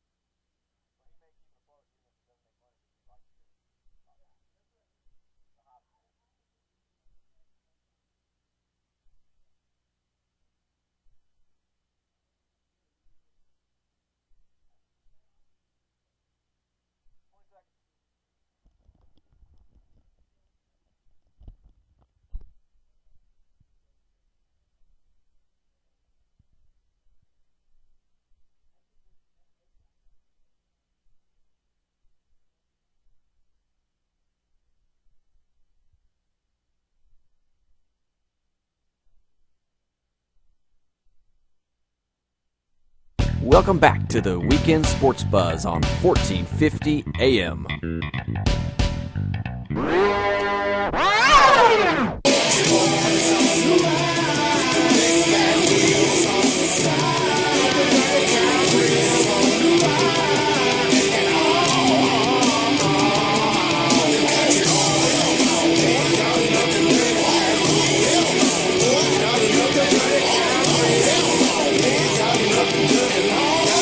back to Weekend Sports Buzz. And yes, Kelly, this was a knockoff country rendition of.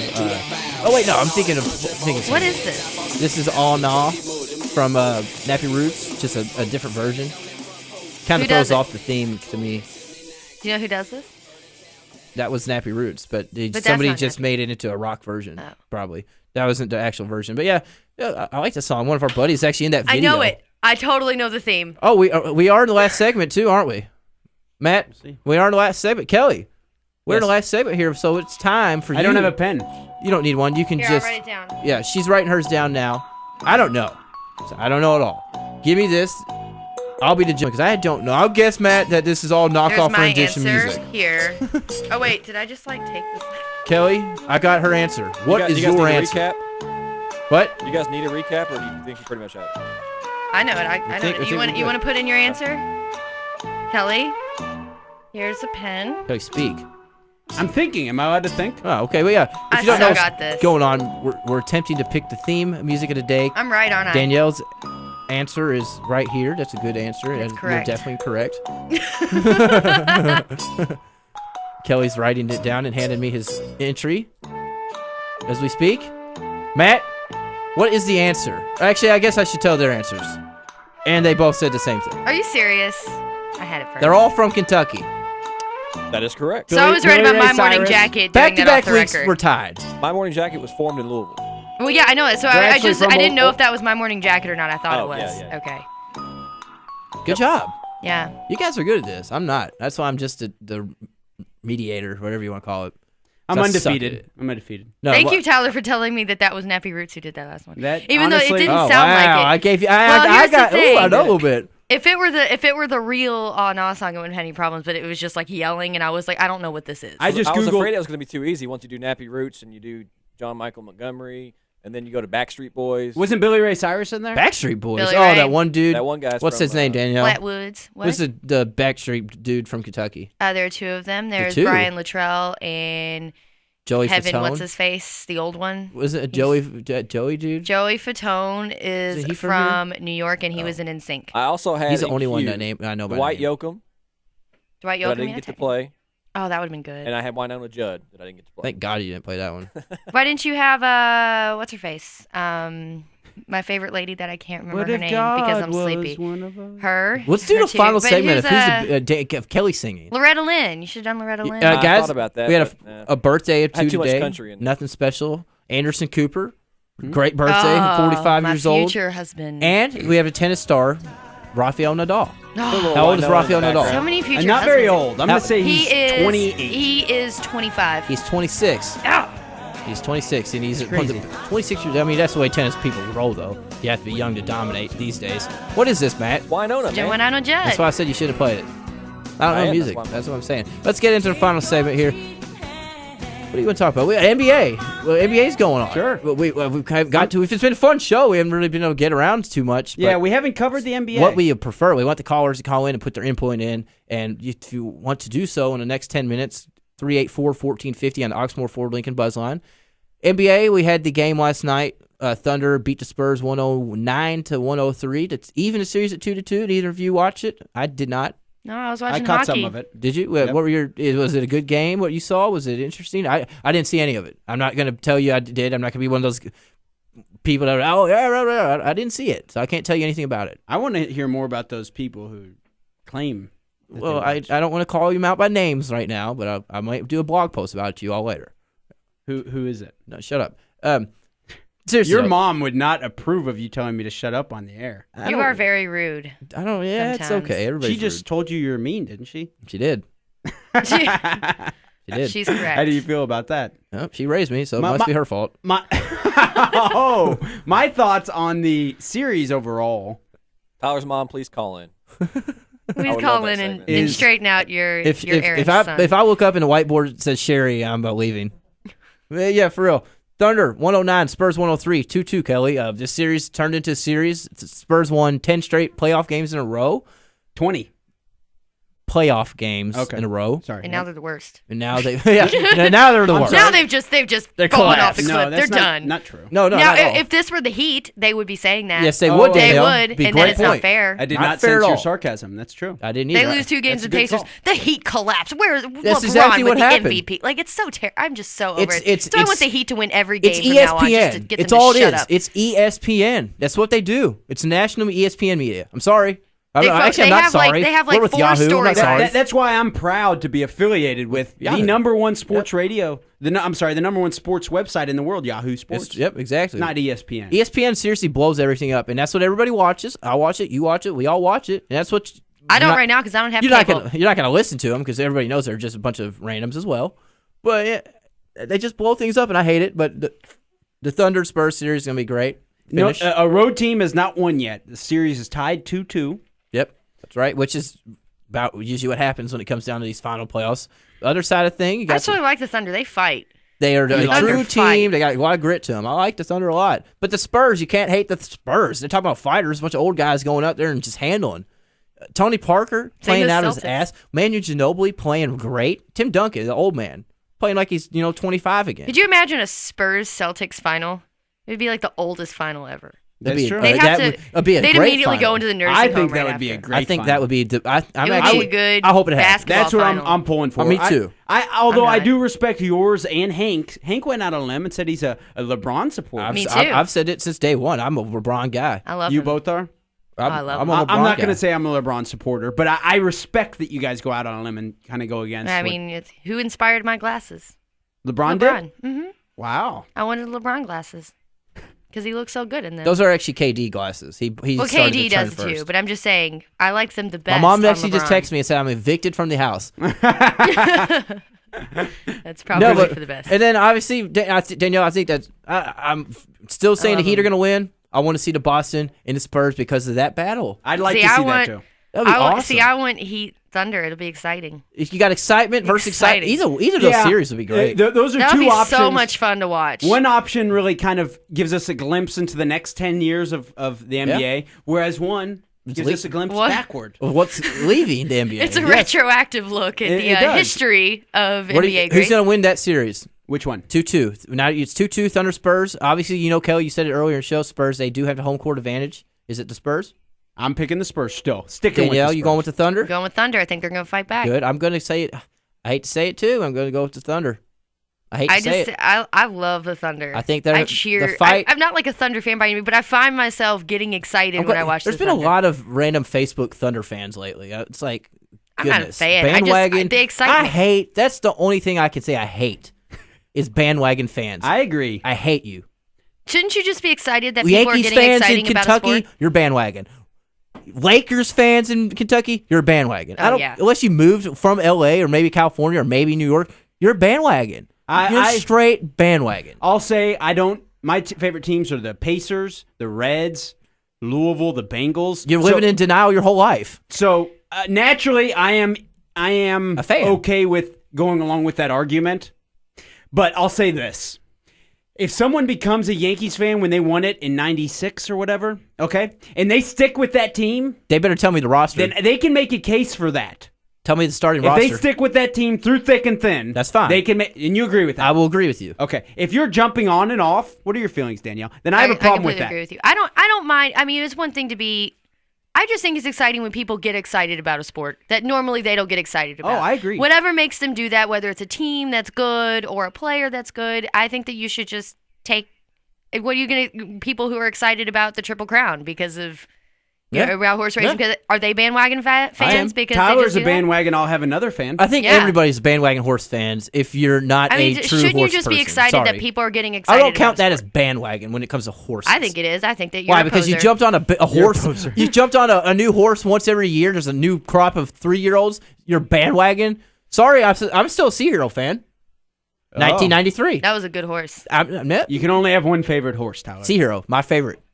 I picked Sea Hero. That was to a win Pat it. Day horse, right? I think it was Yes, 92. It was. Yeah. No, it wasn't. See, I don't What, you sure? Yeah, it was. I'm positive. He only won one derby. That's right. It was Lily T. Please. That's right. I'm not testing you, but yeah. Sounded like you were. Bandwagon fans, I don't like you guys at all. But in the other side of the playoffs, Miami and Boston, we got 2-1. The other game is tonight, 8:30 p.m. on ESPN, the worldwide leader in Boston, sports. Right? Yeah, Okay. Home court advantage there as well. Only home teams have won. I think the Celtics will probably win today and take it back to. I guess does it go back to Miami for 5 or is 6 and? It'll go back to Miami. Then it comes. It's weird. The final 3 are weird. They're always weird. I always get confused. But yeah, but would it be exciting to see another reason we should have a Heat and Thunder final? Think about this for Kentucky, national champions this year. In the offseason, when they were having that lockout, who came and worked out? The Thunder. The Kevin Thunder Durant. And LeBron. Yeah. So I'm just saying, LeBron's a Kentucky fan. Did they make those teams better? I'm just saying, Anthony Davis. Kentucky effect. Anthony Davis on definitely the made NBA. LeBron better. Anthony Davis definitely made. Safe to say, without I'm just Anthony saying. Davis, LeBron would be nowhere close. On the Anthony Davis topic, NBA draft lottery was this week. Did you all watch it? I watched it. It's a very intense thing. It was America's Next Top I Model hate finale. ESPN the way they set it up. They put the teams up there to have the chance, and then it's always identical. The exact flip. It's like, just tell us who won. They need to go back to the way they did it and pull the actual ping pong ball out. That was cool. Now they still do that. Now they rigged the system like David Stern and the NBA did. They rigged it. In my honest opinion, I don't care. You can call me a conspiracy theorist. I've heard a lot of people say that. I'm gonna Jesse Ventura conspiracy theorist that they screwed over Charlotte, took Chris Paul away from him, made him one of the worst teams in the NBA. And then they win the number 1 pick, Danielle. Do you agree? Are you on my conspiracy? I mean, that's. I tweeted I it don't out like to immediately. do conspiracy theories, but I've heard a lot of that. You were not the only person who is putting that in there. It just seems weird. I saw a lot of people predicted it before it happened. I mean, think about it. How does a team that won 7 basketball games in an NBA season not get the number 1 pick? What other sport, Kelly? You're a Bengals fan. You're a Bengals fan. Let me ask you. You're a Bengals fan. Yeah. They've gone through some tough times. Obviously, if you didn't get that number 1 pick for being the worst team in the NFL, would you be pissed? It depends. On? Because of this.